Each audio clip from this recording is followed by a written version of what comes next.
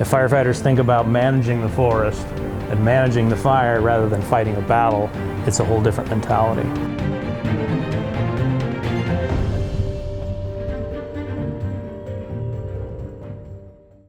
The 204 Cow Fire achieved multiple objectives, including improving forest health and creating places where firefighters have better options to control future fires.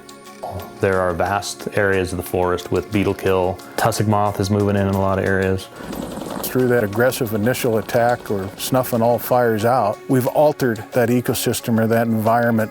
And over time, you essentially, as I think about it, you've created an obese landscape where you've got way too much fuel loads.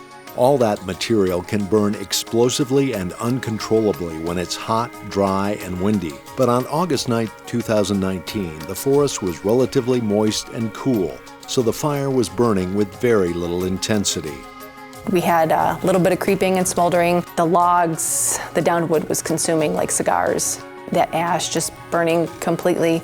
In addition to the weather and fire behavior, managers weighed other factors as they discussed how to handle the fire. These included its impact on natural resources, its location, and risks it might pose to the public and firefighters. This fire had started high on a ridge, deep within a roadless area. One of the decisions when you put firefighters in a remote area is, yes, you can get them in, but what if there's an injury? How cumbersome is it going to be to get them out?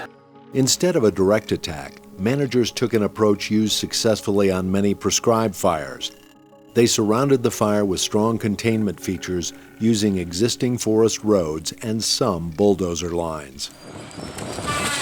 Firefighting resources were readily available because very few large fires were burning in the region.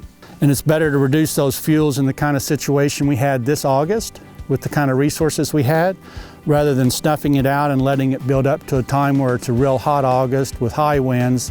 It burned with a good mix of fire severity, leaving a large but mostly gentle footprint on a landscape that has been regularly shaped by flames.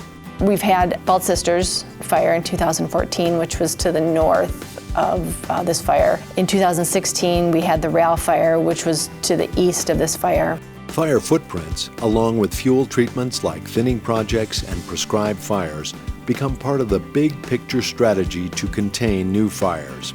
If you look at the lightning strike history there, it just gets pummeled all the time. So there's going to be a fire there at some point. Lots of beetle-killed timber remains in the area, and fire managers know big picture thinking is what's needed if they are going to successfully contain the next large fire. So that's the hope for Cow, is that in the future, when we get a fire out there, we're able to use this landscape as an area that we can consider treated.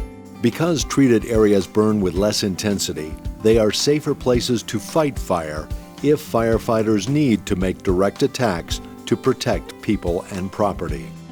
We know now that forests need fire to stay healthy.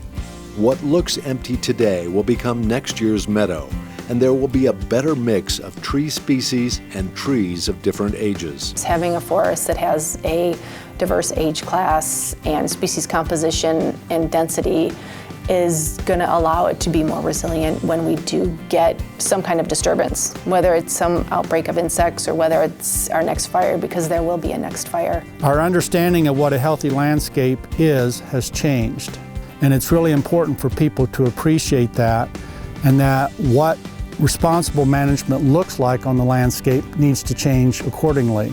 I really feel that we're making a difference on the landscape through a whole suite of tools, some of them being timber harvest, fuels contracts, and fires and prescribed fires. This isn't exclusive, this isn't unique.